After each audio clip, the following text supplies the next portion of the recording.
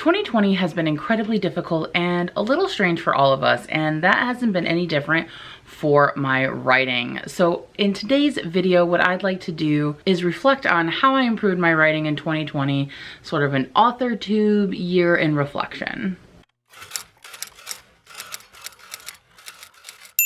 Hi guys, welcome back to my channel, Laura Writes. Ding! If you're new here, hi, I'm Laura. I write young adult horror and maybe hopefully someday contemporary fantasy. You know, everything's up in the air these days, but I do write young adult and I am working towards becoming traditionally published, and I do have an 8-year-old Shih-Poo in the background who loves to snore. So if you're new here, that might throw you off. Just wanted to let you know that you should be expecting that in all future videos. So in today's video, like I said in the beginning, I kind of want to use this video to reflect on how 2020 went for me writing-wise. It was an incredibly, let's say it was a year of growth for me. I didn't get a lot of writing done, okay? But I do feel like I improved my writing in 2020, and I am really excited about steps that I took in 2020 and how they're going to manifest in 2021. So let's just back up. Let's back up to the beginning of 2020, pre-pandemic, you know, hysteria, self-quarantine, all of that. So picture this. Picture this. January, February, March of 2020. I was working on revisions of Beware of Monsters, which at the time was a YA contemporary that I'd been working on for several years. I was in revisions of, I think, version 2-ish or 3-ish at that point, and I was about through Act 1. I got through about Act 1 in that and starting into Act 2, but I was really kind of struggling. I felt like there was something off, there was something missing, and I'll be really honest, my mental health was not great at the beginning of 2020. Now, if you guys are not new here, then you know that I do struggle with several mental health issues, one of which being seasonal depression. So it was really bad in January through March, and I was not getting as much work done as I wanted. So then comes April, where we have the first Camp Nano of the year, and I was like, okay, I'm gonna use Camp Nano, I'm gonna really push it, I'm gonna like really make the progress that I wanna make. And that just didn't happen. I did get a lot of work done, but there was just something off. I just knew it in my heart of hearts. Like, I knew there was something wrong, something missing, something not working with my book, but I just couldn't figure out what it was. And so I thought, you know, as a true academic that I am, I realized, you know what, maybe I don't know enough about writing yet. Maybe my skills are just not there. And so maybe I need to learn a little bit more so that I can figure out how the heck to fix my book. So this is around the time that I came up with the Let's Talk Craft, a book club for writers book club that I started here on my channel. So if you don't already know about that, I will have the Instagram info and video playlists and stuff like that down in the description. But basically, it is a book club that I host here on my channel. My forever co-host, my brother Kevin, and then we kind of have different co-hosts every time, and we read writing craft books and discuss them on my channel.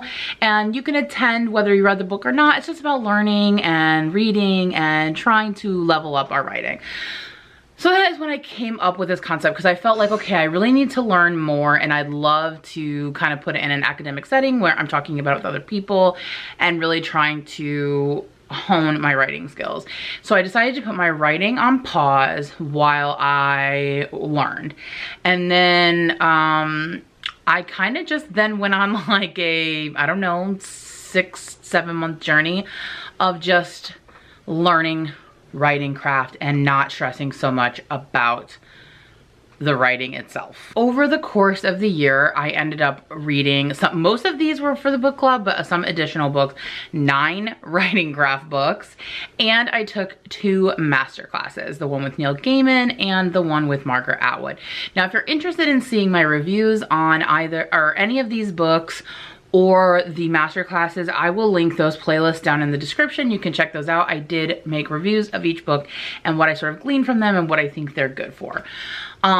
So that took up, like I said, about 6 to 7 months. So now we're like October to November is when I kind of finish up that. And then I decided to create a plotting Bible. So my plotting Bible is basically where I get all of the information from these writing craft books to help me while I'm plotting out my book. So I took all of the important information from all these different writing craft books that I felt were important and put them into one document broken down by beats and sections. So like in Act 1, the opening image, all the different what I felt like was helpful advice from the different books are all going to be in a section on opening image. So I worked on that from like October into November, and I figured that that could help not only with the replotting of Beware of Monsters, which I'll get to in a second, but also future projects moving forward. And as I continue my writing craft journey, which I do plan to continue into 2021, especially because the Writing Craft Book Club is picking back up in January. If you haven't watched that announcement video yet, I will link that down in the description. That will be on January 10th, is the first book club discussion of the year, and our special co-hosts are Lindsay Puckett and Alexa Donne. So yeah, I definitely plan to add to that, and then I can add to that plotting Bible any information that I glean from these moving forward. But something else that was really, really important that came up during this year, and I'm trying to remember when it happened, maybe back in like October, like right around the time I was finishing reading the craft books, something sort of clicked, which is exactly what I was looking for in reading these writing craft books, was I needed to figure out what was wrong with my book. Like, how do I fix it? What's the issue? Why isn't this working? And I realized that I was writing it in the wrong genre. And that sounds strange, but it was so obvious once I accepted that it was the wrong genre. Like, once I looked at it and I was like, oh my gosh, I'm writing all of these elements of this genre, but I'm trying to shove it into another genre, and that's why it's not working. So Beware of Monsters was originally a YA contemporary, because at the time that I conceptualized the book, that's what I was mostly reading, and that was the least scary genre to me, which is funny what I end up with, but it was the least scary because it was grounded in reality. I didn't have to come up with things. It was just telling a story. But there are certain elements that come with writing contemporary that just weren't actually working with the story that I had. And if you know me at all, you know that I am obsessed with horror. I love horror books, horror movies, all things horror.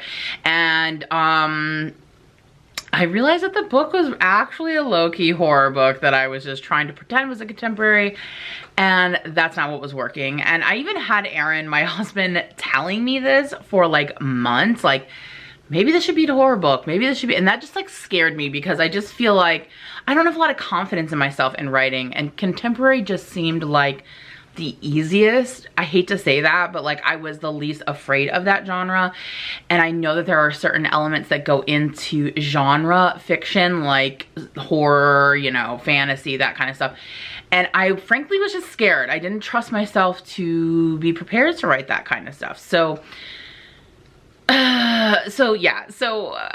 finally about October-ish, I accepted, okay, this is actually a horror novel, and really a lot of my concepts are horror novels. And one of the great things about realizing that this book should actually be horror and that a lot of my ideas are horror is I've actually finally figured out what I want my author, like, genre brand to be, because I've always been like, I like so many ideas, and it's not to say that I'm not going to write in these other genres in the future, but for now, what I'm really focusing on is being a YA horror author and possibly contemporary fantasy as well. So once I like truly accepted it, like in my heart of hearts, in my mind was like, yes, this should be a horror, everything just kind of locked into place. All of the issues that I was having, all the concerns, they all just kind of went away. It doesn't mean the book has come really easily to me, because that's where I'm ending the year here in December, replotting it according to like thinking about it in this new genre.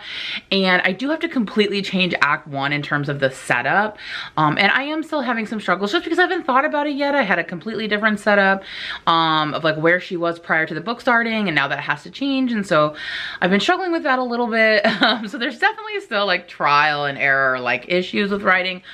but I'm not scared of it anymore. It doesn't feel like something's off. I'm really just like overthinking and trying to make everything perfect in an early draft kind of thing, you know? So that's where I'm at right now. I am in the trenches. I am replotting this book for the millionth time.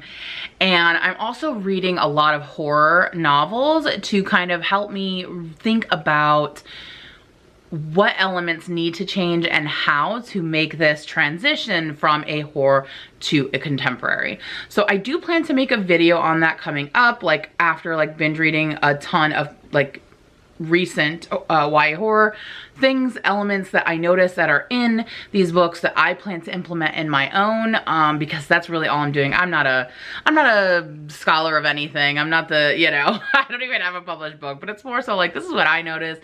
This is what I realized from reading these, and maybe this could help you too, kind of thing. So looking back, I wrote very, very little this year, like hardly any at all.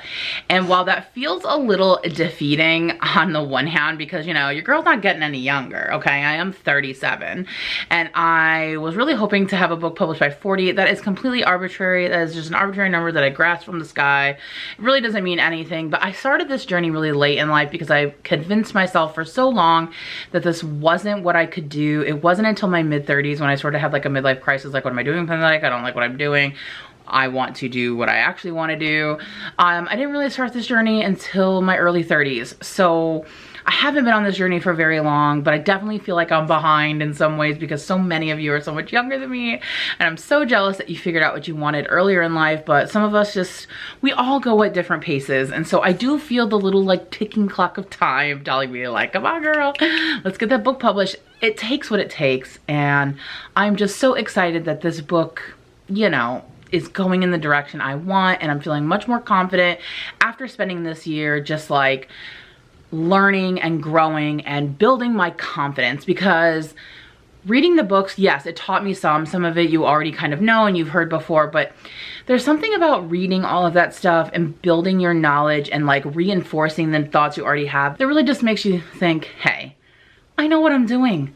I have all the tools I need. Let's get going. So I highly recommend always trying to learn, always looking out, and I really, really hope that in 2021 you will join me with the book club and continue to learn and grow and talk with each other about writing craft so that we're not just focusing on getting the stories out, but also really enhancing ourselves as writers and learners and community members and all the things that come along with fun little book clubs and learning and all that stuff. So that is my 2020 reflection on AuthorTube. If you were to look at it on paper, it looks like maybe I wasn't that productive, but I feel so much more confident and stronger in myself as a writer that I'm really excited for 2021. So if you're interested in knowing what my plans are for 2021 and you're not already subscribed, you better hit that subscribe button because I will be doing a video next week talking about all my plans for 2021, where I think I'm going with my writing, and I'm gonna actually try, because you guys know I have a huge aversion to goal setting.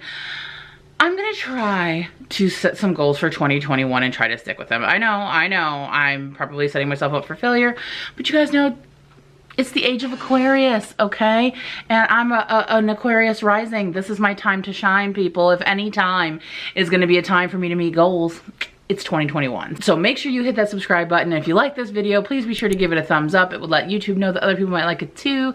And thank you guys, as always, for watching. Have a happy holiday. Be safe. Don't travel. And I'll see you in the next one. Bye!